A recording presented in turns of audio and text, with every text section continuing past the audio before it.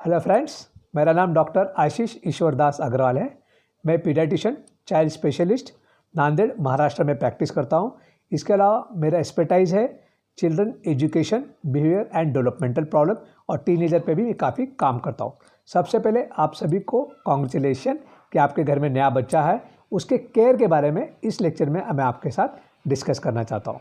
इस टॉपिक में हम बच्चे की ब्रेस्ट फीडिंग, बच्चे की साफ़ सफाई हाइजीन, बच्चे का मसाज, बच्चे का नहाना, बच्चे का ड्रेस और बच्चे का यूरिन और स्टूल, इस बारे में आपसे हम चर्चा करना चाहते हैं। सबसे पहले ब्रेस्ट फीडिंग। तो ब्रेस्ट फीडिंग बच्चे का खाना है, जैसे हम सभी जानते हैं। ब्रेस्ट फीडिंग पैदा होते विदिन हाफ एन आवर में आपको स्टार्ट करना चाहिए और 6 महीने तक एक्सक्लूसिव ब्रेस्ट फीड करना चाहिए। ऊपर का जैसे शहद है, ग्राइप वाटर है या शक्कर का पानी, ऐसी कोई भी चीज़ नहीं देना चाहिए। ना ऊपर का दूध पिलाना चाहिए। इसके अलावा माँ ने जब भी दूध पिला रही है तो रिलैक्स रहना चाहिए, क्योंकि जितनी मम्मी रिलैक्स रहेगी उतने मम्मी का कॉन्फिडेंस बढ़ेगा और जितना कॉन्फिडेंस ज़्यादा रहेगा उतना ही दूध उसको ज़्यादा आने वाला है। तो सबसे इम्पॉर्टेंट होता है पोजीशन। अगर हम प्रॉपर पोजीशन से अगर बच्चे को दूध पिलाते हैं तो बच्चे का डेवलपमेंट काफ़ी अच्छे से होता है। हम अलग अलग पोजीशन वापर सकते हैं, लेकिन मैं 3 ही पोजीशन के बारे में आपको डिस्कस करना चाहूँगा। ये 3 कॉमन पोजीशन है और काफ़ी कंफर्टेबली वापर सकते हैं। सबसे इम्पॉर्टेंट 2 चीज़ ध्यान देना है यहाँ पे कि बच्चे को दूध पिलाते वक्त आपको एक ही छाती वापरना है। जैसे अगर आप सवेरे 8 बजे दूध पिला रहे हैं तो अगर ये छाती आप वापरते तो 10 साढ़े 10 बजे जब आप दूध पिलाएंगे तो ये वाली वापरना है। बहुत सारे मदर्स क्या करते हैं, थोड़ा इधर का और थोड़ा इधर का ऐसा पिलाते हैं। इससे बच्चे का वेट गेन अच्छे से नहीं होता है। इसलिए एट ए टाइम एक ही छाती वापरना है। कभी कभी ऐसा हो सकता है, बहुत रेयर, लेकिन हो सकता है कि बच्चा यहाँ का पूरा दूध पी जाए और वापस से दूध डिमांड कर रहा है, तभी आप 8 बजे जब पिला रहे हैं तो थोड़ी ये भी छाती आप बच्चे को प्रोवाइड कर सकते हैं। इसके अलावा बच्चे ने माँ ने रिलैक्स होना चाहिए, जैसे मैंने ऑलरेडी डिस्कस कर रहा हूँ। तो अलग अलग पोजीशन क्या क्या है। तो पोजीशन में सबसे इंपॉर्टेंट होता है बेबी की पोजीशन। तो पोजीशन में बच्चे को एक लाइन में आना है, मतलब जैसा बच्चा यहाँ पे उसका सर है तो पूरा एक लाइन में आपका बच्चा आना चाहिए। अगर बच्चे का थोड़ा गर्दन ऐसी हो रही है या पैर ऐसा हो रहा है तो पोजीशन प्रॉपर नहीं आएगी। बच्चे की बॉडी को सपोर्ट करना चाहिए। अगर माँ दुबली है या माँ पहली बार माँ बनी है तो घर के अदर मेंबर्स उसको सपोर्ट कर सकते हैं। इसके अलावा बच्चे को माँ की तरफ टर्न करना चाहिए, ऑब्वियसली आप वो करने वाले हैं। इसके अलावा अगर हो सके तो बच्चे का एब्डोमेन और माँ का एब्डोमेन एक दूसरे को टच होना चाहिए। इससे पोजीशन काफ़ी अच्छी आती है। तो मैं 3 पोजीशन डिस्कस करने वाला हूँ। सबसे इंपॉर्टेंट पोजीशन है क्रॉस क्रेडल पोजीशन। इसका मतलब होता है आप क्रॉसली बच्चे को पकड़ते हैं। जैसे अगर आप लेफ्ट हैंड साइड का दूध पिलाने चाहते हैं छाती से, तो आपको बच्चे को राइट हैंड में पकड़ना है। बच्चे का सर यहाँ पे रखना है, बच्चे की गर्दन यहाँ पे आएगी और बाकी का शरीर ऐसे उसके हाथ पे आएगा। और पकड़ने के बाद बच्चे को आपको नज़दीक लाना है माँ के पास। आप क्योंकि पकड़ते आपको यहाँ दर्द हो सकता है तो आप थाइस का सपोर्ट दे सकते हैं और थाइस के लिए नीचे आप 2-3 पिलो रख सकते हैं ताकि थाइस ऊपर आ जाए और इजीली आप उसको सपोर्ट कर सकें।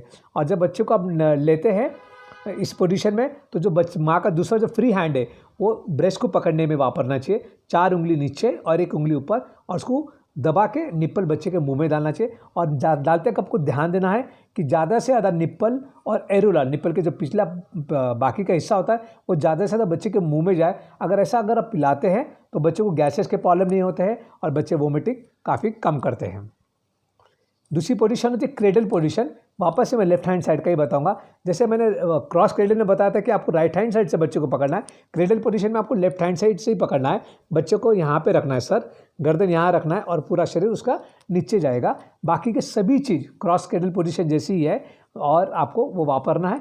कौन सी भी पोजीशन जो उसके माँ को कंफर्टेबल लगता है वो वापर सकती है। और साइड लाइन पोजीशन मैं कहता हूँ कि पहले महीने से 2 महीने तक वापरना नहीं चाहिए। जहाँ तक हो सके बैठ के ही पिलाना चाहिए। साइड लाइन पोजीशन जब बच्चा थोड़ा बड़ा हो जाए, माँ का कॉन्फिडेंस बढ़ जाए, तब आप सुला के पिला सकते हैं। इसमें आपको एक ही चीज़ करना है, जैसे आपको लेफ्ट हैंड साइड से पिलाना है तो आपको लेफ्ट हैंड साइड से सोना है और सोते वक्त आपका जो यहाँ का जो नीचे का हिस्सा है यहाँ पे आपको पिलो रख के, गर्दन के नीचे पिलो रख के आपको पोजीशन देना है और दूसरे हाथ से बच्चे के आपके छाती पकड़ के बच्चे के मुँह में डालना है। बाकी की चीज़ें सब सेम है जैसे मैंने पिछले बार डिस्कस किया हूँ। तो इंडिकेशन कैसा है कि बच्चा अच्छे से पोजीशन में है या नहीं।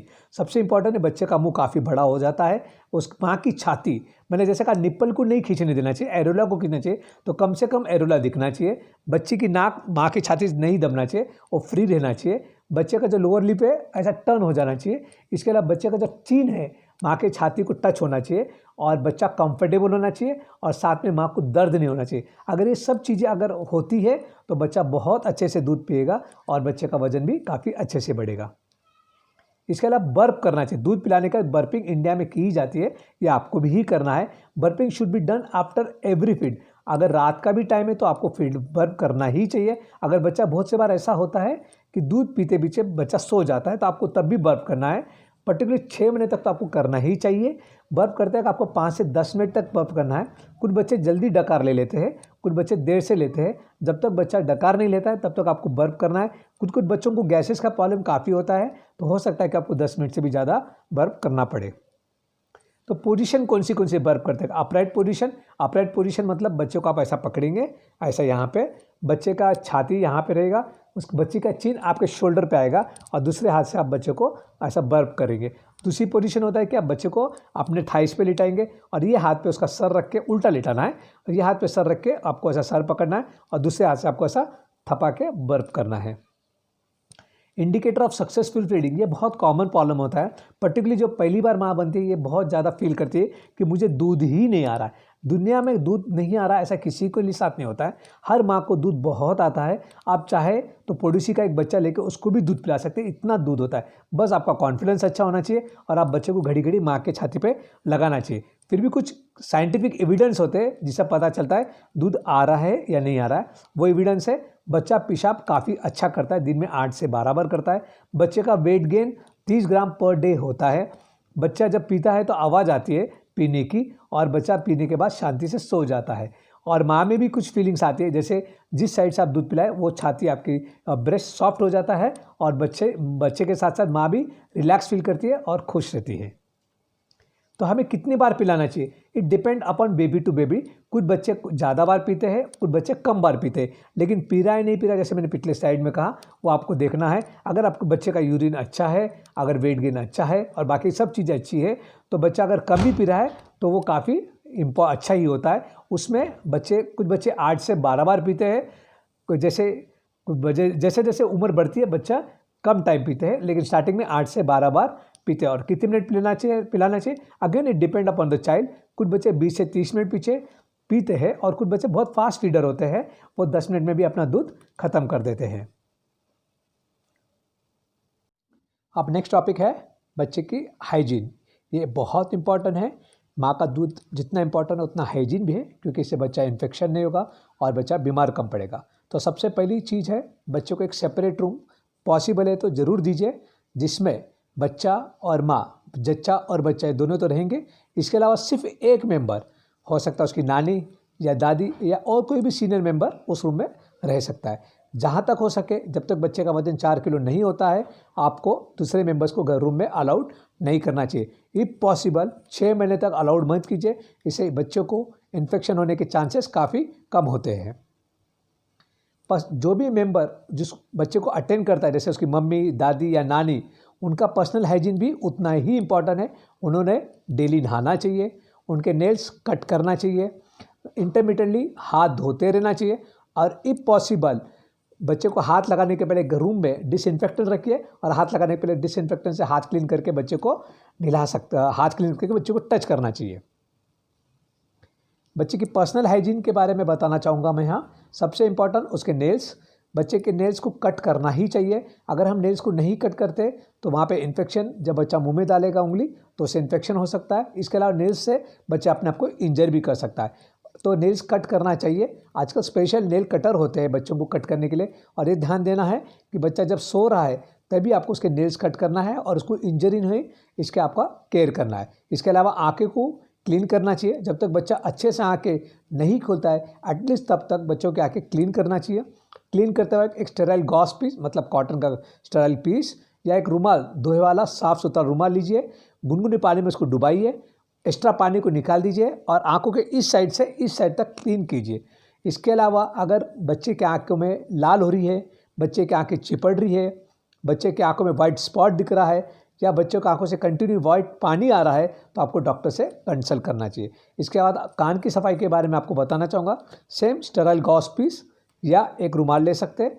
कान का अंदरूनी हिस्सा पहले क्लीन करना है, और उसके बाद बाहर का हिस्सा आपको क्लीन करना है। अगर बच्चे को कान पे हाथ लगाने का दर्द होता है, अगर बच्चा कान में से कुछ पानी आता है या डिस्चार्ज आता है, तो आपको पीडियाट्रिशियन से कंसल्ट करना चाहिए। अम्बिलिकल कॉर्ड भी बहुत इंपॉर्टेंट पार्ट है, जहाँ से इन्फेक्शन फैलने के काफ़ी चांसेस होते हैं। सबसे पहले ये ध्यान रखना है कि अम्बिलिकल कॉर्ड अपने आप ही 10 से 14 दिन के अंदर गिर जाएगा। अम्बिलिकल कॉर्ड जल्दी गिरे, इसके लिए आपको वो एरिया ड्राई रखना है। इसके लिए जहाँ तक हो सके अम्बिलिकल कॉर्ड को खुला रखिए, ताकि ज़्यादा से ज़्यादा हवा लग सके। कोई भी प्रकार के एंटीसेप्टिक या पाउडर अम्बिलिकल कॉर्ड पे डालने की ज़रूरत नहीं है। अगर इन्फेक्शन होता है और पीडियाट्रिशियन सजेस्ट करता है तो ही आपको एंटीसेप्टिक या पाउडर यूज़ करना है। और जब अम्बिलिकल कॉर्ड गिर जाए तो उसको गुनगुने पानी से क्लीन करना चाहिए। अगर अम्बिलिकल कॉर्ड से वाइट पस आता है या ब्लड आता है, इसके अलावा अगर अम्बिलिकल कॉर्ड का एरिया रेड हो जाता है या सूज जाता है, या अम्बिलिकल कॉर्ड गिरने के बाद वहाँ से कंटिन्यू वाटरी वाइट पानी आता है, तो आपको पीडियाट्रिशियन से कंसल्ट करना चाहिए। बेबी मसाज बहुत इंपॉर्टेंट पार्ट है बच्चे के केयर में, क्योंकि इससे बच्चे और माँ में इमोशनल बॉन्डिंग होती है। Actually it is a type of communication between child and a mother. इसके अलावा बच्चे का रेस्पिरेटरी सिस्टम स्टिमुलेट होता है। एब्डोमेन पे जब हम मसाज करते हैं उसका एब्डोमेन स्टिमुलेट होता है, ताकि उसके गैस के प्रॉब्लम सॉल्व हो जाते हैं। बहुत से बच्चे कॉन्स्टिपेटेड होते हैं, वो भी सॉल्व करने में इसमें मदद होती है। फिजिकल डेवलपमेंट होता है, क्योंकि मसल को हम मसाज कर रहे होते हैं। और कुछ बच्चों को मसल पेन बहुत होता है, और बच्चों का एक्सेसिव क्राइम में muscle pain one of the cause होता है। अगर हम डेली मसाज करते हैं तो बच्चे का मसल पेन भी ईज होता है, बच्चे की नींद काफ़ी अच्छे से होती है, और मसाज से बच्चों का वजन भी बढ़ता है। तो हमें क्या करना चाहिए? सबसे पहले 1 हफ्ते तक मसाज करने की कोई ज़रूरत नहीं है। बच्चा 1 हफ्ते तक मसाज की जगह अगर बच्चे को आप माँ की छाती पे लगा के रखते हैं तो it is called kangaroo technique. It is also type of massage, और माँ और बच्चे के बीच में बॉन्ड तैयार होता है। जब भी बच्चे को माँ या दादी नानी लेती है तो बच्चे को बीच में छाती पे या पीठ पे मसाज करना चाहिए 1 हफ्ते तक, ताकि बच्चे का बॉन्ड क्रिएट हो सके। कितने बार मसाज करना चाहिए? दिन में एटलीस्ट 1 बार, हो सके तो 2 बार, और डेली मसाज करना चाहिए। इससे बच्चों को काफ़ी फ़ायदा होता है, जैसे हमने डिस्कस किया। तो क्या कब मसाज करना चाहिए? बेस्ट टाइम है, अगर आप 2 बार करते हैं तो सवेरे नहाने के पहले और शाम को सोने के पहले। अगर आप 1 बार करते हैं तो बेस्ट है नहाने के पहले, लेकिन आप अपने चॉइस के हिसाब से कभी भी कर सकते हैं। तो क्या कहाँ करना चाहिए? जो रूम में हवा और वेल वेंटिलेटेड रूम है। कौन सा तेल वापरना चाहिए? कौन सा भी वापर सकते हैं, लेकिन कोकोनट ऑयल सबसे बेस्ट होता है। अगर आपके बच्चे को ड्राई स्किन का प्रॉब्लम है तो आपको स्पेशल तेल की ज़रूरत होती है, तो आप अपने पीडियाट्रिशियन से कंसल्ट कीजिए। और बच्चे को मसाज करने का ड्रेस लगेगी वो आपको रेडी रखना है। तो सबसे पहले इसको एक डेली शेड्यूल के रूप में बनाना है आपको। बच्चे को एक टॉवल में लेकर बच्चे को ज़मीन पे लिटाना है, और मसाज ध्यान से सुनिए, तो मतलब पैर से सर तक आपको मसाज करते हुए जाना है। अगर एक एक पार्ट को करना है, जैसे पैर के निचले हिस्से को, फिर पैर के ऊपर हिस्से को, फिर हाथ को, फिर यहाँ पे, फिर एब्डोमेन, चेस्ट, फिर हेड। अगर एकांत पार्ट पे मसाज करते वक्त बच्चा रो रहा है तो उस पार्ट को स्लोली मसाज कीजिए। अगर फिर भी रो रहा है तो वह पार्ट को आप छोड़ दीजिए। अगर बच्चा मसाज को एंजॉय कर रहा है तो सेक्शन बाय सेक्शन आपको ऊपर तक मसाज करना चाहिए। मसाज करने का नहाना चाहिए बच्चे ने, और नहाने से बच्चा सिर्फ क्लीन नहीं होता है, इससे भी माँ और बच्चे के बीच बॉन्ड क्रिएट होता है। और दिन में अगर समर सीजन है तो आपको डेली नहलाना है, और विंटर सीजन है जहाँ पे बहुत ज़्यादा ठंडी है तो हफ्ते में 3 दिन या अल्टरनेट डे भी आप नहला सकते हैं। लेकिन एक बात का आपको ध्यान देना है कि इनिशियल 40 डेज़ बच्चा जब तक 14 दिन का नहीं होता है आपको नहीं नहलाना है। यहाँ पे एक पॉइंट मैंने नहीं लिखा हूँ जो मैं आपके साथ शेयर कर रहा हूँ, कि बच्चे का वजन जब तक 2.5 किलो नहीं होता तब तक नहाना अवॉइड कीजिए। बच्चे को नहलाने के पहले, जैसे बच्चा 2.5 किलो के नीचे है या 14 डेज के नीचे, तो sponge bath is the best rather than bathing. तो स्पंज बाथ कैसा करना चाहिए? एक फ्लैट सरफेस ले लीजिए, उस पर वह टॉवल रख दीजिए और बच्चे को उसके ऊपर लिटाना है। लेकिन वो लिटाने के पहले आपको एक बकेट में गुनगुना पानी लेना चाहिए। पानी ना ज़्यादा गर्म हो ना ज़्यादा ठंडा हो। इसके अलावा एक टॉवल लीजिए या एक रुमाल लीजिए, एक माइल्ड मॉइस्चराइजिंग सोप, अगर आप सोप यूज़ करना चाहते हो मसाज के टाइम पे, स्पंज बाथ के टाइम पे, और एक डायपर और क्लोथ्स लेना चाहिए। बच्चे को अनड्रेस कीजिए और बच्चे को पीठ के बल उस फ्लैट सरफेस पे टॉवल पे लिटा दीजिए। कपड़े को, जो आपका टॉवल है उसको आप पानी में डुबाइए, और जो एक्सेस पानी है उसको निकाल दीजिए। और यहाँ पे ध्यान देना है कि जैसे मैंने मसाज का नीचे से ऊपर आना है, अगर नहलाते वक्त या स्पंज बाथ के ऊपर से आपको नीचे जाना है। सबसे पहले फेस, उसके बाद आपको नीचे जाना है। स्पेशल ध्यान आपको कान और कान के हिस्से को देना है, नाक के ये हिस्से को देना है, आपके आर्म्स के नीचे, और बाथरूम की जगह पे आपको ज़्यादा ध्यान देना है। और सबसे इम्पॉर्टेंट डायपर एरिया को सबसे आखिरी में आपको क्लीन करना है। जैसे जैसे बच्चा बड़ा होता उसको नहलाने के लिए आप प्रेरित कीजिए, और नहलाने के लिए हो सके तो 2 मेंबर ने स्टार्टिंग में नहलाना चाहिए जब तक बच्चा थोड़ा बड़ा ना हो जाए। अगर आप पॉसिबल नहीं है तो 1 मेंबर भी नहला सकता है, तो उसके लिए एक टब ले लीजिए। बाकी के सामान जैसे गुनगुना पानी जो भी हमने मसाज के टाइम पे लिया था वो सब सामान आपको रेडी रखना है। और अगर 1 मेंबर नहला रहा है तो आपको बच्चे को एक हाथ से सपोर्ट करना है, उसका हेड, बैक और नेक, और दूसरे हाथ से आपको नहलाना है। अगर 2 मेंबर है तो एक मेंबर ने बच्चे को सपोर्ट करना चाहिए और दूसरे मेंबर ने उसको नहलाना चाहिए। जैसे मसाज में हम ऊपर से नीचे गए थे उसी तरह टब बाथ में भी आपको ऊपर से नीचे जाना है और नहलाते वक्त आपको क्लीन करना है। सबसे पहले शैम्पू भी वापर सकते हैं हफ्ते में 2 बार, तो आप हेयर भी आप शैम्पू से क्लीन कर सकते हैं। तो कैसा शुरू करना है, हेड टू टो, और सबसे आखिरी में डायपर एरिया करना है। जैसे बच्चा बड़ा होता है और उसको टब में मज़ा आता है नहाने में, तो आप टब बाद में उसको अकेले खेलने दे सकते हैं। और जब आपका नहलाना हो जाए या बच्चा बड़ा है और खेलने के बाद वो थक जाए तो आपको नहलाते टब बाद में खेलते एक चीज़ का आपको ध्यान देना है कि बच्चे की स्किन ड्राई नहीं होना चाहिए। अगर बच्चे की स्किन ड्राई है तो टब बाद में प्लीज़ ज़्यादा टाइम मत डालिए, और नहलाने के बाद बच्चे को लिफ्ट कीजिए और टॉवल में गुंडाल दीजिए और उसको पोंछिए। अगर बच्चे की स्किन ड्राई है तो पोंछना नहीं है, आपको टैप करके उसका आंख को पोंछना है। अगर बच्चे की स्किन ड्राई नहीं है तो आपको ऐसा भी पोंछ सकते हैं। तो कुछ चीज़ों का आपको प्रिकॉशन लेना बहुत ज़रूरी है ड्यूरिंग टब बाथ। सबसे इम्पॉर्टेंट हमारे इंडिया में कल्चर है नाक में और कान में तेल डालना नहाने के पहले, वो बिल्कुल नहीं करना है। इसके अलावा अगर बच्चा टब बाथ को या नहाने को ज़्यादा पसंद नहीं कर रहा है, बहुत रो रहा है, तो अल्टरनेट डे आप स्पंज और टब बाथ भी कर सकते हैं, या ज़्यादा स्पंज बाथ और टब बाथ आप कम कर सकते हैं। और सबसे इम्पॉर्टेंट, अगर बच्चा टब बाथ में खेलना चाह रहा है और अगर आप उसको छोड़ रहे तो उस रूम के बाहर आप नहीं जाएंगे, क्योंकि कभी कभी एक्सीडेंट होने का डर होता है। बच्चे के कपड़े भी बच्चे के केयर में बहुत इंपॉर्टेंट पार्ट रोल करते हैं। हमारे इंडिया में एक सिस्टम है कि बच्चे को गर्म रखे। जी हाँ, गर्म रखना है, लेकिन थोड़ा सा, ज़्यादा गर्म नहीं रखना है। तो ये कंसेप्ट को बदलना चाहिए कि बच्चे को गर्म रखें। अगर समर सीजन है तो बच्चे को थोड़ा ठंडा रखिए, अगर विंटर सीजन है तो बच्चे को थोड़ा गर्म रखिए, ना कि ज़्यादा गर्म रखने के चक्कर में समर सीजन में बच्चे को बुखार आ जाए। इसके अलावा 2 महीने तक हो सके तो बच्चे को रैप कीजिए, इससे बच्चे के मसल डेवलपमेंट में काफ़ी फ़ायदा होता है। तो मैं आपसे एक क्वेश्चन पूछना चाहता हूँ कि आप समर सीजन में क्या पहनते हैं, कॉटन के कपड़े या वुलन के कपड़े? ऑब्वियसली कॉटन के कपड़े। तो क्यों ना हम हमारे बच्चे को जैसा हम पहनते हैं, जैसा हम रूम का टेम्परेचर रखते हैं, उसी तरह बच्चे को क्यों ना रखें। सेम उसी तरह से रखना है, सिर्फ थोड़ा सा गर्म रखना है, इसका आपको ध्यान देना है। इट इज़ एडवाइजेबल, अगर थोड़ा सा गर्म रखने के लिए इट इज़ एडवाइजेबल कि बच्चे को लेयर में पहनाना चाहिए, मतलब एक कपड़ा उसके बाद दूसरा, उसका तीसरा, टेम्परेचर के हिसाब से और घर के एनवायरनमेंट के हिसाब से। और choose the cloth that are comfortable और ईजिली निकाल सके और ईजिली पहना सके, आपको इस तरह के क्लोथ्स चूज़ करना चाहिए।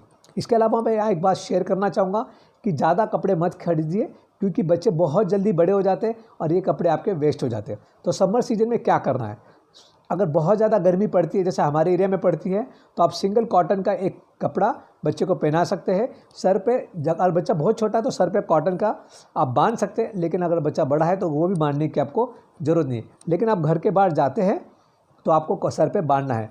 अगर आपको लगता है कि रात के टाइम पे ठंडा मौसम होते जा रहा है, मौसम ठंडा हो गया, तो आपको एक आधा कॉटन का और ड्रेस या एक आधा छोटा सा कॉटन की बेडशीट उसके ऊपर डाल सकते हैं। तो बच्चे को लेयर्स में हम बच्चे को रख रहे हैं, ना कि एक ही प्रकार का ड्रेस पहना रहे। इससे बच्चे को मौसम के हिसाब से कपड़े निकालना और पहनाना आसान होता है और बच्चा ज़्यादा गर्म नहीं होगा, इसका हम ध्यान देते हैं। इसके अलावा समर सीजन में सॉक्स, हैट, ब्लैंकेट, पॉलिस्टर और नायलॉन और सिंथेटिक कपड़े नहीं वापरना चाहिए। अगर बच्चा पहनाने के बाद बच्चा बहुत ज़्यादा गर्म हो रहा है तो उसके साइंस होते हैं, अगर ऐसे साइन दिखते तो आपको इमीडिएटली पीडियाट्रिशियन से कंसल्ट करना चाहिए। साइन कैसे बच्चे इरिटेबल ज़्यादा हो जाते हैं, जैसे कपड़े उतारते हैं बच्चे खुश हो जाते हैं, बच्चे जनरली ज़्यादा गर्म लगते हैं, अगर सांस तेज़ चल रही है, बच्चा दूध पीने को रिफ्यूज़ कर रहा है और पेशाब काफ़ी कम हो रही है, तो आपको पीडियाट्रिशियन से इमीडिएटली कंसल्ट करना चाहिए। अब विंटर सीजन के बारे में बात करूंगा। विंटर या रेनी सीजन, जब मौसम ठंडा है तो हम उसको विंटर सीजन कहेंगे। तो बच्चों को लेयर में पहनाना है। अगर आप बहुत ज़्यादा ठंडी में रहते हैं, जैसे नॉर्थ इंडिया में बहुत ज़्यादा ठंडी है, तो पहला लेयर आप वुलन क्लॉथ का पहना सकते हैं। जैसे साउथ इंडिया में ज़्यादा ठंडी नहीं होती तो पहला लेयर आप कॉटन का पहना सकते हैं, फिर दूसरा लेयर में आप वुलन या कॉटन, बच्चे को मौसम के हिसाब से आपको एडजस्ट करना है। अगर आपको लगता है कि बच्चा गर्म नहीं हो रहा तो ऊपर से एक ब्लैंकेट और जैकेट भी आप डाल सकते हैं, और जहाँ तक हो सके टोपी भी पहनाइए वुलन की, और एटलीस्ट घर के बाहर जाते तक आपको टोपी ज़रूर पहनाना चाहिए। अगर ठंडी बहुत ज़्यादा है तो आप वुलन के सॉक्स भी बच्चों को पहना सकते हैं। अगर आप बच्चा ज़्यादा ठंडा हो जाता है तो उसके भी कुछ साइंस होते हैं। बच्चा सुस्त हो जाएगा, बच्चा दूध पीने को रिफ्यूज़ करेगा और बच्चा रिस्पॉन्स कम देगा। इससे आपको पता चल रहा है कि बच्चे को ठंडी लग चुकी है और आपको इमीडिएटली पीडियाट्रिशियन से कंसल्ट करना चाहिए। अब हम बच्चे के ड्रेस कैसा क्लीन करना चाहिए उसके बारे में आपसे चर्चा कर रहे हैं। सबसे इम्पॉर्टेंट, उसका ब्रांड पे जो भी लिखा है आप उसको ध्यान से पढ़िए और इंस्ट्रक्शन को फॉलो करने की कोशिश कीजिए। लेकिन मैं कुछ इंस्ट्रक्शन दे रहा हूँ, आप उसको फॉलो कीजिए। ये जनरल सब ड्रेसेस में काम आते हैं। सबसे पहले जो भी बच्चे के आप कपड़े धुलाना चाहते हैं वो कपड़े और बाकी के घर के मेम्बर्स के कपड़े अलग धोना चाहिए और उस कपड़ों को गर्म पानी में 1 से 2 घंटे रखना चाहिए ताकि उसके कपड़े पे जो जर्म्स है, बैक्टीरिया, वायरस है वो मर जाए। उसके बाद बच्चे को कपड़ों को धोना चाहिए, या तो वॉशिंग मशीन भी यूज़ कर सकते हैं या सेपरेटली हाथ से भी धो सकते हैं। धोते वक्त आपको माइल्ड डिटर्जेंट वापरना है, स्ट्रॉन्ग डिटर्जेंट नहीं वापरना है। और धोने के बाद वापस से साफ पानी में उसको धो के निकालना है ताकि जो भी कपड़े में थोड़ा डिटर्जेंट बच जाता है वो निकल जाए। और जहाँ तक हो सके, इफ पॉसिबल नहीं, जहाँ तक हो सके बच्चे को धूप में कपड़े सुखाना चाहिए। इसके बारे में बात, हम बच्चों की पेशाब के बारे में बात करना चाहिए। पेशाब एक बहुत अच्छा इंडिकेशन होता है कि बच्चे की हेल्थ कैसी है। अगर बच्चा 48 घंटे के अंदर पेशाब नहीं करता है तो आपको डॉक्टर से कंसल्ट करना चाहिए पैदा होने के बाद। उसके अलावा बच्चा पेशाब 8 से 12 बार करता है मौसम के हिसाब से। जैसे जैसे बच्चा बड़ा होता है पेशाब का प्रमाण कम होते जाता है। 8 से 12 बार का मतलब मौसम के हिसाब से। जैसे गर्मी का टाइम है तो बच्चे कम पेशाब करेंगे, 8 या 8 से थोड़ा कम। और ठंडी का मौसम है तो बच्चे 12 या 12 से ज़्यादा बार पेशाब कर सकते हैं। पीडियाट्रिशियन से कंसल्ट कब करना है? जब पेशाब रेगुलरली वो काफ़ी कम कर रहा है। जैसे पिछले 8 दिन में वो 10 बार पेशाब कर रहा था और सडनली 2 दिन से वो 4 या 5 ही बार पेशाब कर रहा है तो आपको डॉक्टर से कंसल्ट करना चाहिए। इसके अलावा बच्चा अगर पेशाब करते वक्त रोता है तो आपको डॉक्टर से कंसल्ट करना चाहिए। अगर पेशाब में रेडिश होता है, कलर होता है, या ब्लैकिश होता है या ब्राउन कलर होता है तो आपको पीडियाट्रिशियन से कंसल्ट करना चाहिए। इसके बाद स्टूल के बारे में हम बात करेंगे। बच्चा जनरली 24 घंटे के अंदर स्टूल पास कर लेता है। अगर नहीं करता है तो आपको डॉक्टर से कंसल्ट करना चाहिए। बच्चों के संडास के बारे में 2 प्रकार के बच्चे दिखते हैं हमें। एक बच्चे कुछ संडास ज़्यादा करते हैं और एक बच्चे संडास काफ़ी कम करते। तो कुछ बच्चे जो ज़्यादा संडास करते हैं वो कभी कभी 8 से 20 बार भी संडास करते। वो संडास का कलर येलो होता है, दाने दाने छिते छितड़े होते हैं, मस्टर्ड सीड जैसे होते हैं। इस प्रकार के अगर संडास बच्चा कर रहा है तो वो नॉर्मल है। अगर ग्रीनिश भी थोड़ा थोड़ा कर रहा है तो वो भी नॉर्मल है। लेकिन बहुत ज़्यादा ग्रीनिश है तो आपको डॉक्टर से कंसल्ट करना है। इसी तरह कुछ बच्चे 5 से 7 दिन में संडास करते हैं। अगर संडास सॉफ्ट है तो आपको डरने की ज़रूरत नहीं। तो पीडियाट्रिशियन से कब कंसल्ट करना चाहिए? अगर बच्चा स्टूल हार्ड कर रहा है, अगर 2 दिन बाद भी कर रहा है लेकिन स्टूल हार्ड है और करते हुए रो रहा है, या संडास का कलर ग्रीनिश, ब्लैकिश या ब्राउनिश है तो आपको डॉक्टर से कंसल्ट करना चाहिए। बच्चे का डायपर एरिया भी बहुत इंपॉर्टेंट होता है, इसलिए सबसे इंपॉर्टेंट है कि उसके जो डायपर है आपको होममेड डायपर ही वापरना चाहिए। कमर्शियल डायपर जहाँ तक हो सके उसको अवॉइड करना चाहिए। अगर कमर्शियल डायपर वापरना है तो घर के बाहर जाते कर ही वापरिए, ऐसा मेरा पर्सनल सजेशन है। जब हम छोटे थे तो हमारे पेरेंट्स ने कपड़ों का ही डायपर वापरा, कमर्शियल डायपर तब नहीं वापरते थे, तब भी हम काफ़ी अच्छे से बड़े हो गए। तो मैं कहूँगा कि कमर्शियल डायपर को अवॉइड कीजिए क्योंकि कमर्शियल डायपर के साइड इफ़ेक्ट होने के चांसेस होते हैं। बच्चा अगर पेशाब या संडास करता है तो उसकी इमीडिएटली डायपर चेंज करना चाहिए, जो कमर्शियल डायपर में हमें पता ही नहीं चलता। और क्लीन करते वक्त बच्चे का कमर्शियल डायपर, जब हम बच्चे का डायपर एरिया क्लीन करते हैं तो गुनगुना पानी हो सके तो वापरना है। और क्लीन करने के बाद उसको कॉटन के कपड़े से सुखाना है, टैप करना है, ड्राई नहीं करना है ऐसा। और उसको वो एरिया को 5 से 7 या 10 मिनट तक खुला रखिए ताकि एयर सर्कुलेशन हो जाए वहाँ पे और बच्चे का एरिया काफ़ी अच्छे से ड्राई हो जाए। इसके अलावा जो कपड़े हैं उसको उसी तरह से धोना है, डायपर को जैसे हम बच्चों के कपड़े धोते हैं, लेकिन बच्चों के रूटीन कपड़े और डायपर के कपड़े अलग धोना चाहिए। और वजाना और पेनिस बच्चों का क्लीन करना चाहिए नहाते वक्त दिन में एटलीस्ट 1 बार। अगर डायपर एरिया रेड है, अगर वजाना रेड है या डायपर या पेनिस में से वाइटिश डिस्चार्ज होता है या ब्लड आता है तो आपको डॉक्टर से कंसल्ट करना चाहिए। तो अब इसके बाद हम डिस्कस करना चाहेंगे बच्चों की इम्यूनिटी के लिए माँ का दूध बेस्ट है। इसके अलावा हम ऊपर से भी इम्यूनिटी बढ़ा सकते हैं, वो है वैक्सीनेशन की तरफ। Is immunization necessary? Yes, immunization बहुत नेसेसरी है क्योंकि ये बहुत सारे कॉमन इलनेस को बच्चों को बचाता है। अगर is necessary take all the vaccine? Answer is yes, क्योंकि हर वैक्सीन का रोल अलग होता है और हर वैक्सीन से अलग अलग प्रकार की बीमारी से हमको बच्चे को बचा सकते हैं। तो कौन से वैक्सीन होते हैं? बर्थ पे BCG, ओरल पोलियो वैक्सीन और हेपेटाइटिस B। 1.5 महीने पे, 2.5 महीने पे और 3.5 महीने में एक ही प्रकार के वैक्सीन दिए जाते हैं। तो एक होता है टाइप ए में 3 प्रकार के वैक्सीन मिलते हैं। उसमें एक कॉम्बिनेशन होता है जिसमें हेपेटाइटिस B, मेंदू ज्वर और डीपीटी, डीपीटी मतलब 3, ऐसे टोटल 5 वैक्सीन का हम पेंटा बोलते हैं, ये वैक्सीन अवेलेबल होता है। इसमें इंजेक्टेबल पोलियो अवेलेबल नहीं होता है।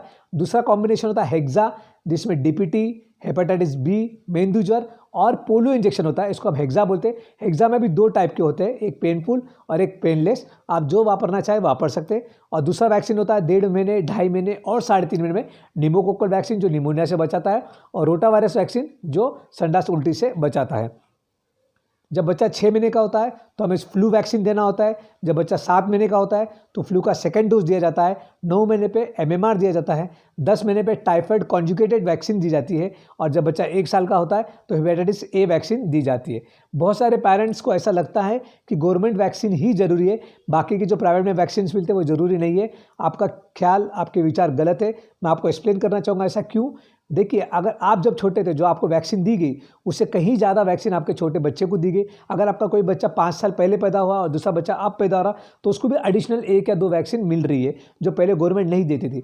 ये सभी वैक्सीन बहुत सालों से प्राइवेट में मिल रही है। इसका मतलब पहले वैक्सीन ज़रूरी नहीं थी और अब ज़रूरी है? नहीं, पहले भी ज़रूरी थी। गवर्नमेंट के पास जैसे जैसे फंड्स जमा होते हैं, गवर्नमेंट नए नए वैक्सीन्स जो प्राइवेट में ऑलरेडी मिल रहे हैं उसको गवर्नमेंट में भी सप्लाई करना शुरू करते हैं, ताकि इंडिया के सभी बच्चों को उसका फ़ायदा हो सके। अगर आप एफोर्डेबल है तो वैक्सीन में पैसा ज़रूर खर्चा कीजिए, क्योंकि ये पैसा खर्चा करके आप बीमारी से बच रहे, और वो बीमारी में जो खर्चा है आपका 5 to 10 टाइम्स ज़्यादा होता है। इसके अलावा हमारे देश में बहुत सारे हैबिट्स है, ट्रेडिशंस है, जो अच्छे भी है, बुरे भी है, और कुछ अच्छे भी नहीं है, बुरे भी नहीं है। तो मैं सब ट्रेडिशंस को लिस्ट किया हूँ, तो आप देखिए कौन से अच्छे हैं और आपको कंटिन्यू करना है। जैसे माँ के मैके में डिलीवरी करना चाहिए, बहुत अच्छा ट्रेडिशन है, लेकिन मैं सजेस्ट करूँगा कि मैके में डिलीवरी ज़रूर कीजिए, लेकिन पैसा उसके बच्चे के पापा ने या ससुराल वालों ने करना चाहिए। इसके अलावा हमारे देश में ट्रेडिशन है एक्सक्लूसिव ब्रेस्ट फीडिंग है, बहुत अच्छा ट्रेडिशन है, लेकिन कुछ कुछ मदर्स 2-2, 2.5 साल तक दूध पिलाते हैं, ऊपर का कुछ नहीं चालू करते, ये गलत है। 6 महीने तक एक्सक्लूसिव ब्रेस्ट फीडिंग करना चाहिए, उसके बाद बच्चे को ऊपर का खिलाना चाहिए। जो मेरा वीडियो है विनिंग, उस पर आप देख सकते हैं। बच्चे और माँ दोनों को एक अलग रखा जाता है, बहुत अच्छा ट्रेडिशन है, इसको कंटिन्यू करना चाहिए। नहाना नहलाना चाहिए, नहलाने के पहले मसाज करना चाहिए, यह भी बहुत अच्छा ट्रेडिशन है, इसे हमें कंटिन्यू करना है। 6 महीने बाद इन-लॉज मतलब ससुराल में माँ जाती है, ये पुराना ट्रेडिशन है, हो सके तो इसको जरूर कंटिन्यू कीजिए। एटलीस्ट पहले बच्चे के टाइम पे 6 महीने माँ को उसके मैके में रहने दीजिए, और दूसरे बच्चे के टाइम पे हो सका तो 4 महीने बाद आप बुला सकते हैं। और माँ को गोंद के लड्डू, अच्छे अच्छे प्रकार के प्रोटीन और हाई फाइबर फैट डाइट हम माँ को देते हैं। ये ट्रेडिशन को हमें कंटिन्यू करना है। कुछ सारे ट्रेडिशनल हैबिट गलत है, हमें उसे बंद करना है। जैसे बच्चे की माँ को घी अवॉइड किया जाता है, पर्टिकुलरली जब बच्चे को जॉन्डिस होता है तो ये गलत है। माँ का घी खाना और बच्चे का जॉन्डिस का कोई संबंध नहीं है। आप खिलाना चाहते हैं तो खिलाना ही चाहिए। इसके अलावा कुछ जगहों में हम देखते हैं इंडिया के कि 3 दिन तक दूध नहीं पिलाया जाता स्टार्टिंग के, एब्सोल्युटली गलत है। विदिन हाफ एन आवर, जैसे मैंने वीडियो के स्टार्टिंग में कहा, आपको दूध पिलाना चाहिए। बच्चे को कुछ कुछ जगह पैदा होने का पुराने कपड़े में रखा जाता है, ये एक अंधविश्वास है, इसको बंद करना चाहिए। हाँ, पुराने कपड़े वापर सकते, लेकिन उसको धोकर साफ करके अच्छे से प्रेस करके वापरना चाहिए। काजल एप्लीकेशन गलत है, नाक और कान में तेल डालना गलत है, बच्चे को शहद देना, ग्राइप वाटर देना और शक्कर का पानी देना एब्सोल्युटली गलत है, ये नहीं होना चाहिए। बच्चा जब ज़्यादा रोता है तो कुछ कुछ पेरेंट निप्पल देते, ये भी गलत है। जब मैं नया डॉक्टर बना था तो मैं देखता था कि हमारे एरिया में जब बच्चा ज़्यादा रोता तो उसके पेट में गर्म मार्क देते थे। अभी अब मैंने पिछले 5 साल से नहीं देखा हूँ। मैं चाहता हूँ कि अगर इंडिया के कोई पार्ट में ऐसा होता है तो उसको रोकना चाहिए। कुछ कुछ पेरेंट्स जो अल्कोहलिक होते हैं, बच्चा अगर खांसता है तो उसको ब्रांडी पिला देते, एब्सोल्युटली गलत है। और कुछ कुछ पेरेंट्स बच्चा नहीं सो रहा है तो फेनार्गन की या और भी बहुत सारे मार्केट में दवा मिलती है, वो पिलाते हैं। बिल्कुल नहीं पिलाना चाहिए, क्योंकि नींद की दवा से बच्चे का ब्रेन डेवलपमेंट स्लो हो जाता है। इसके अलावा कुछ ट्रेडिशनल हैबिट है जिससे ना बच्चे को फ़ायदा होता है ना नुकसान है। चॉइस आपकी है, कंटिन्यू करना या नहीं करना। जैसे तालू पे तेल डालना, इससे ना नुकसान है ना फ़ायदा, डाल सकते हैं आप। बच्चे के यहाँ पे माथे पे ब्लैक डॉट लगाना, कोई नुकसान नहीं, कंटिन्यू कीजिए करना चाहते हो तो। बच्चे के बिस्तर पे नाइफ या चक्कू रखना और बच्चे का नहाने के बाद उसके कान में फूंकना, इससे ना फ़ायदा है ना नुकसान है, आप चाहे तो कंटिन्यू कर सकते हैं। अब इसके बाद सबसे आखिरी पॉइंट जो मैं कहना चाह रहा हूँ वो ग्रोथ एंड डेवलपमेंट। ग्रोथ मतलब बच्चे का वेट, हाइट, और डेवलपमेंट मतलब ब्रेन डेवलपमेंट। हमारे देश में जनरली हम वेट पे ज़्यादा फोकस करते हैं। इंसान जब तक जिंदा है उसका वेट बढ़ भी सकता है। हाइट पे हम कम फोकस करते हैं, इंसान का हाइट सिर्फ 18 साल तक बढ़ता है। और सबसे ज़्यादा हम कम फोकस करते हैं ब्रेन पे। इंसान के पास ब्रेन है तो वो डॉक्टर, इंजीनियर या बहुत अच्छा करेगा ज़िंदगी में। अगर ब्रेन नहीं है तो वो अच्छा नहीं करने वाला, उसका वेट और हाइट परफेक्ट भी रहा तो। इसलिए ब्रेन डेवलपमेंट पे ज़्यादा फोकस होना चाहिए, उसके बाद हाइट और उसके बाद वेट। लेकिन हम उल्टा करते हैं। तो ये पूरा एक वीडियो है यूट्यूब पे, ग्रोथ एंड डेवलपमेंट, बच्चे के 6 महीने तक, 6 महीने से 1 साल तक और 1 साल से 2 साल तक की वीडियोस आप अपने यूट्यूब चैनल डॉक्टर आशीष अग्रवाल पे देख सकते हैं। इससे आपको पूरी जानकारी मिलेंगी। मैं यहाँ शॉर्ट पे डेंजरस साइन बता रहा हूँ, पूरा डेवलपमेंट नहीं बता रहा हूँ। इसके अलावा एक और पॉइंट है कि कुछ बच्चों का हम ब्रेन डेवलप कर सकते हैं क्या? नहीं, हर बच्चे का हम ब्रेन डेवलप कर सकते हैं। अगर पेरेंट्स चाहे तो वो वीडियो में आप देख सकते हैं। तो क्या क्या डेंजरस साइन है बर्थ में? अगर बच्चा प्री मैच्योर है तो डेंजरस साइन है। अगर बच्चे को एनआईसीयू में रखा गया है तो डेंजरस साइन है। अगर बच्चे का पैदाइशी वजन 2 किलो से कम या 4 किलो से ज़्यादा है तो डेंजरस साइन है। अगर बच्चा दूध अच्छे से नहीं पी रहा है या बच्चे की पेशाब कम है, जैसे मैंने डिस्कस कहा, या बच्चा कंटिन्यू ज़्यादा रो रहा है या बच्चे की एक्टिविटी पुअर है, all these are dangerous sign. इससे आपको इमीडिएटली पीडियाट्रिशियन से कंसल्ट करना चाहिए। इसके अलावा 2 महीने पे क्या क्या डेंजरस साइन है? अगर बच्चे का वेट गेन 700 ग्राम से कम है पहले 2 महीने में या 1200 ग्राम से ज़्यादा है, that is not a good sign. अगर हाइट 50 सेंटीमीटर से कम है 2 महीने होने के बाद भी, that is not a good sign. अगर बच्चा 2 महीने पे माँ को देख के नहीं हंसता है, केयर टेकर को देख के नहीं हंसता है, या बच्चा साउंड को रिस्पॉन्ड नहीं देता है, आवाज़ की तरफ पलट के नहीं देखता है, तो दैट इज़ डेंजरस साइन। अगर आप बच्चे के सामने ऐसा ऑब्जेक्ट्स फिराते हैं वो देखता नहीं है और उसको फॉलो नहीं करता है, तो that is also dangerous sign. अगर बच्चे की मुट्ठे ऐसा कंटिन्यू बंद है, खुले नहीं है, तो that is also a dangerous sign. इसलिए आपको ऐसे साइन के टाइम पे पीडियाट्रिशियन से कंसल्ट करना चाहिए। नॉर्मल माइलस्टोन्स, मैं फिर से कहूँगा, मेरा जो वीडियो है ग्रोथ एंड डेवलपमेंट, उसको जरूर देखिए। 4 महीने पे क्या क्या डेंजरस साइन है? बच्चे के अगर गर्दन नहीं पकड़ा है, एक्चुअली 3 महीने पे डेंजरस है क्योंकि हम एक महीना नहीं ले, तो इसलिए 4 महीने पे अगर गर्दन नहीं पकड़ता है, दैट इज़ डेंजरस साइन। अगर बच्चा 4 महीने पे आवाज़ नहीं करता है, आ ई ऊ, तो ये भी डेंजरस साइन है। अगर बच्चा मुंह में उंगली नहीं डालता है, that is not a good sign. बहुत सारे पेरेंट्स आके कंप्लेन करते हैं कि हमारा बच्चा मुंह में उंगली डालता है। Actually that is a normal milestone. अगर नहीं डालता है तो आपको डरना चाहिए। अगर बच्चे की बॉडी स्टिफ हो गई है, अगर आप उसको ऐसा इजीली मूव नहीं कर पा रहे, या बच्चा बहुत लूज ऐसा पकड़ के फिसल जा रहा है, तो दैट इज़ डेंजरस साइन। 2 से 3 महीने तक 700 ग्राम से कम बढ़ता है या 1200 ग्राम से ज़्यादा बढ़ता है, that is not a good sign. या 200 ग्राम से 3 से 4 महीने के बीच में 200 ग्राम से कम बढ़ता है या 600 ग्राम से ज़्यादा बढ़ता है, that is not a good sign. इसके अलावा 6 महीने पे डेंजरस साइन क्या क्या है? अगर बच्चा के सामने कोई पेन या कोई खिलौना रखते हैं और बच्चा उसको जाके पकड़ने की कोशिश नहीं करता है, that is not a good sign, it is a dangerous sign. अगर बच्चा आवाज़ को, अपने नाम को रिस्पॉन्ड नहीं करता है, again it is a dangerous sign. अगर बच्चा पलटी नहीं मारता है 6 महीने पे, it is a dangerous sign. फिर से मैं कहूँगा, उसकी अगर बॉडी स्टिफ होती जा रही या बहुत लूज है, that is a dangerous sign. अगर बच्चे का वेट गेन 5वें और 6ठे महीने में 200 ग्राम से कम है या 600 ग्राम से ज़्यादा है, तो that is not a good sign. तो इन शॉर्ट, अगर हम बच्चे का ध्यान देते हैं, जैसे मैंने आपको इस केयर एंड डेवलपमेंट में बताया हूँ, तो बच्चा आपका बहुत ज़्यादा डेवलप होगा, आगे चल के आपकी पीढ़ी का, आपके घर का नाम रोशन करेगा। मेरा एक काउंसलिंग सेंटर है, मैं बच्चों का डॉक्टर हूँ। मैं हर प्रकार की बीमारी पैदा होने से 18 साल तक देखता हूँ। उसके अलावा मेरा काउंसलिंग सेंटर है जहाँ पे आप पेरेंट्स की काउंसलिंग करते हैं। जैसे बच्चा सुन नहीं रहा है, पढ़ाई नहीं कर रहा है, मार्क्स कम आ रहे, mobile addiction, television addiction, confidence कमी, या और भी कोई जो प्रॉब्लम्स आप फेस करते हैं, आप आज आकर मेरे साथ काउंसलिंग ले सकते हैं। इसके अलावा हम बच्चों की भी काउंसलिंग करते हैं, पर्टिकुलर टीनेजर्स की। कुछ बच्चे को कॉन्सेंट्रेट करने में प्रॉब्लम आती है, उनके मार्क्स, वो मेहनत करते हैं लेकिन मार्क्स कम आते हैं, सिली मिस्टेक ज़्यादा होते हैं, उनको एग्ज़ाम की फियर होता है, फियर ऑफ फेलियर होता है, उनका सेल्फ बिलीव काफ़ी कम होता है। कुछ पेरेंट्स टीनेजर्स में और टीनेजर्स के बीच में डिफरेंस ऑफ ओपिनियन होता है, दोनों के बीच में नहीं पड़ती है, तो हम टीनेजर्स की भी काउंसलिंग करते हैं। अगर चाहें तो माँ बाप और टीनेजर्स दोनों की भी हम कंबाइन काउंसलिंग करते हैं। इसके अलावा ब्रेन डेवलपमेंट पे भी काफ़ी मैं काम करता हूँ। अगर आपके बच्चे का ब्रेन डेवलपमेंट, जैसे मैंने कहा, नहीं बढ़ रहा है, तो आपको किसी भी ना किसी पीडियाट्रिशियन से कंसल्ट करना चाहिए। अगर बच्चे का माइलस्टोन्स डिलेड है, बच्चा देर से बोल रहा है, देर से चल रहा है, बच्चा हाइपर एक्टिव है, बच्चा शर्मीला है, तो ये सब ब्रेन डेवलपमेंट प्रॉब्लम आते हैं। कुछ बच्चों को लिखने में, पढ़ने में, हैंडराइटिंग में, स्पेलिंग में, मैथ्स में बहुत प्रॉब्लम आते हैं।